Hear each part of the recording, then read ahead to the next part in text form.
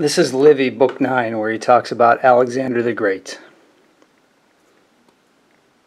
Indeed, people regard him as one who might have been a match in generalship for Alexander the Great, if the latter, after subjugating Asia, had turned his arms against Europe. Nothing can be thought to have been more remote from my intention since I first set about this task than to depart unduly from the order of events and to aim by the introduction of ornamental digressions at providing, as it were, agreeable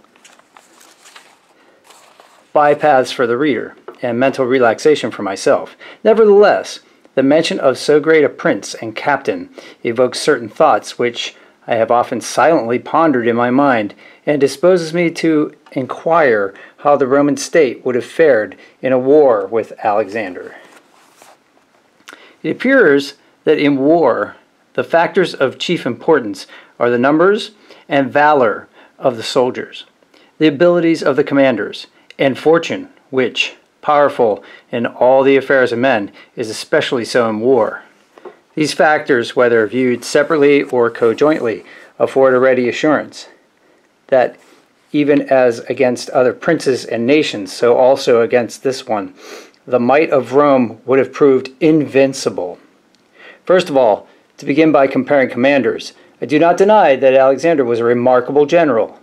Still, his fame was enhanced by the fact that he was a sole commander, and the further fact that he died young, in the flood tide of success, when as yet he had experienced no other lot. Not to speak of other distinguished kings and generals, illustrious proofs of human vicissitude, what else was it but length of days that exposed Cyrus, whom the Greeks exalt so high in their panegyries, to the fickleness of fortune? And the same thing was lately seen in the case of Pompey the Great. Need I repeat the names of the Roman generals, not all nor of every age, but those very ones with whom, as consuls or as dictators, Alexander would have had to fight? Marcus Valerius, Corvus, Gaius Marcius Rutulus, Gaius Sulpicius, Titus Manlius Torquatus, Quintus Publius Philo, Lucius Papirius Cursar, Quintus Fabius Maximus,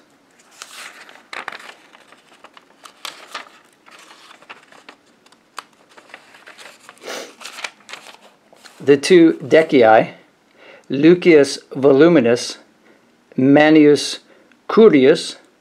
After these come some extraordinary men. If he had turned his attention to war with Carthage first and later with Rome, and had crossed into Italy when somewhat old, any one of these was as highly endowed with courage and talents as was Alexander, and military training handed down from the very beginning of the city had taken on the character of a profession built up on comprehensive principles. So the kings had warred. So after them, the expellers of the kings, the Junii, the Valerii, and so in succession the Fabii, the Quinctii, Cornelii, and Furius Camillus, whom in his old age those had seen as youths, who would have had to fight Alexander. But in the performance of a soldier's work in battle, for which Alexander was no less distinguished, Manlius Torquatus or Valerius Corvus would, forsooth, have yielded to him, had they met him in a hand-to-hand encounter, famous though they were as soldiers before ever they won renown as captains. The Decii, of course, would have yielded to him, who hurled their devoted bodies upon the foe. Papirius Cursor would have yielded, with that wondrous strength of body and spirit. The counsels of a single youth would no doubt have got the better of that Senate, not to speak of individual members, which was called an assembly of kings by him who, before all others, had a true conception of the Roman Senate.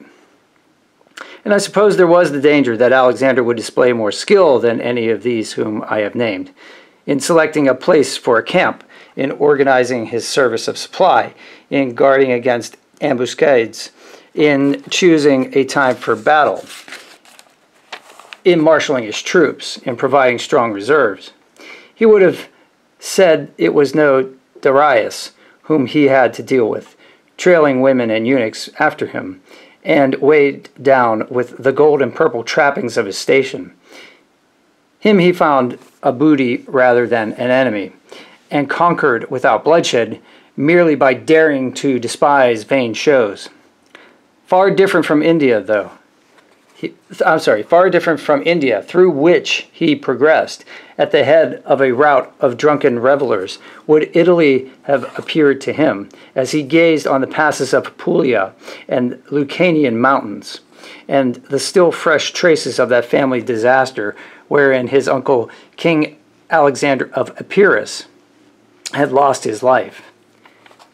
And we are speaking of an Alexander not yet overwhelmed with prosperity, which none has ever been less able to bear.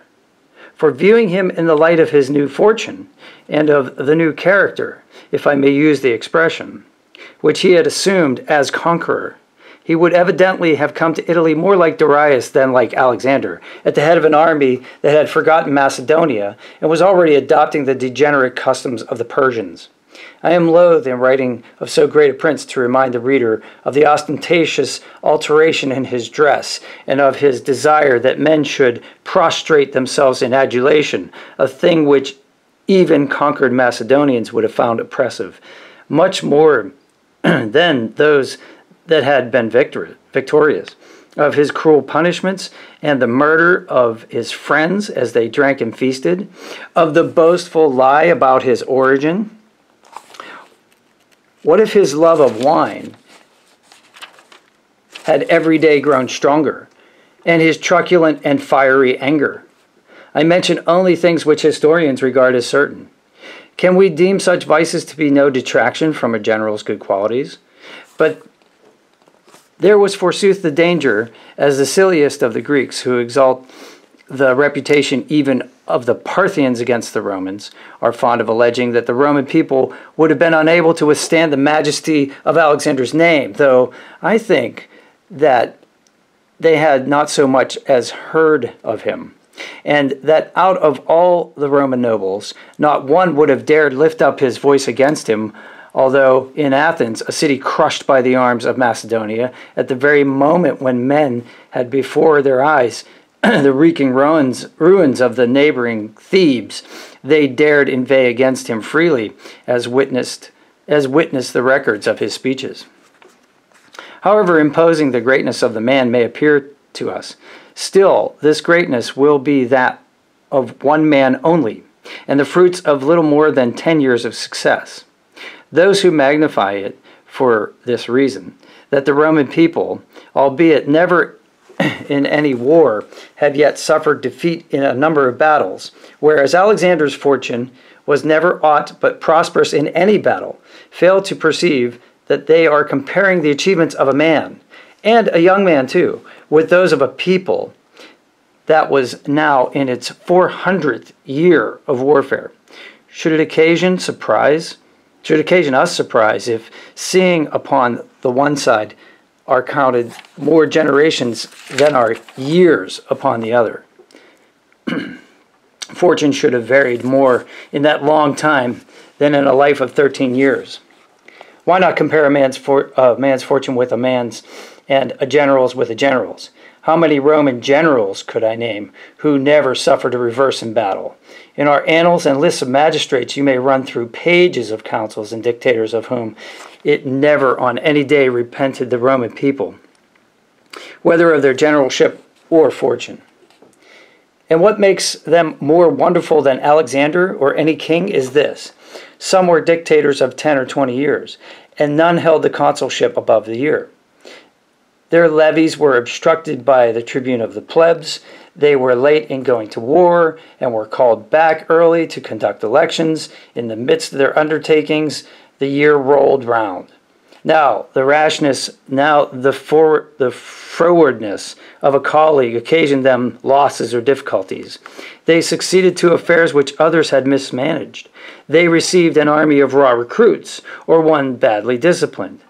Now consider kings, Not only are they free of all impediments, but they are lords of time and circumstance, and their counsels carry all things with them, instead of following their train. So then, an undefeated Alexander would have warred against undefeated generals, and would have brought the same pledges of fortune to the crisis. Nay, he would have run a greater risk than they, inasmuch as the Macedonians would have had but a single Alexander, not only exposed to many dangers, but incurring them voluntarily, while there would have been many Romans a match for Alexander, whether for glory or for greatness of their deeds, or for whom each several one would have lived and died as his own fate commanded, without endangering the state. It remains to compare the forces on both sides, whether for numbers or types of soldiers, or size, or of their contingents of auxiliaries. The quinquennial enumerations of that period put the population at 250,000.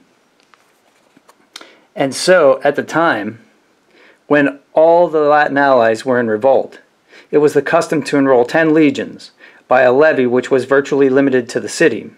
In those years, frequently 4 or 5 armies at a time would take the field, in Etruria, in Umbria, where they also fought the Gauls, in Samnium, and in Lucania. Later on, Alexander would have found all Latium, with the Sabines, the Volsci, the Aequi, and all of Campania, and a portion of Umbria and Etruria, the Picentes, and the Marsi, and the Paligni, and the Vestini, and the Apulians, together with the whole coast of the lower sea held by the Greeks, from Thurii as far as Naples and Cumae, thence all the way to Antium and Ostia. All of these, I say, would have found either powerful friends of the Romans or their defeated enemies. He himself would have crossed the sea with veteran Macedonians to the number of not more than 30,000 foot and 4,000 horse, mostly Thessalians, for this was his main strength. If to these he added Persians and Indians of other nations, he would have found them a greater burden to have dragged about than a help. Add to this that the Romans would have had recruits ready to call upon, but Alexander, as happened afterwards to Hannibal, would have found his army wear away while he warred in a foreign land. His men would have been armed with targets and spears, the Romans with an oblong shield affording more protection to the body, and the Roman javelin, which strikes on being thrown with a much harder impact than the lance. Both armies were formed of heavy troops keeping to their ranks, but their phalanx was immobile and consisted of soldiers of a single type. The Roman line was opener and comprised more separate units. It was easy to divide whenever necessary and easy to unite. Moreover, what soldier can match the Roman in entrenching? Who is better at enduring toil? Alexander would, if beaten in a single battle, have been beaten in the war. But what battle could have overthrown the Romans, whom Caudium could not overthrow, nor can I? Nay, many a time, however prosperous at the outset of his enterprise might have been, would he have wished for Indians and Persians and unwarranted Asiatics, and would have owned that he had before made war upon women, as Alexander, king of Epirus, is reported to have said when mortally wounded, contrasting the type of war waged by this very youth in Asia with that which had fallen to his own share. Indeed, when I remember that we contend against the Carthaginians on the sea, and 4 and 20 years, I think that the whole life of Alexander would hardly have sufficed for this single war. And perchance, inasmuch as the Punic state had been by ancient treaties leagued with the Roman, and the two cities most powerful in men and arms might well have made common cause against the foe whom they dreaded, had he been crushed beneath the simultaneous attacks of Rome and Carthage. The Romans have been at war with the Macedonians, not to be sure when Alexander led them, or their prosperity was unimpaired, but against Antiochus, Philippus, and Persis, and not only without ever suffering defeat, but even without incurring any danger. Proud word I would not speak, but never, and may civil wars be silent, never have we been beaten by infantry, never in open battle, never on even, or at all events on favorable ground. Cavalry and arrows, impassable defiles, regions that afford no road or convoys, may well occasion fear in heavy-armed troops. 1,000 battle arrays more formidable than those of Alexander and the Macedonians have the Romans beaten off, and shall do, if our present love of domestic peace endure, and our concern to maintain accord. That's Livy, Book 9.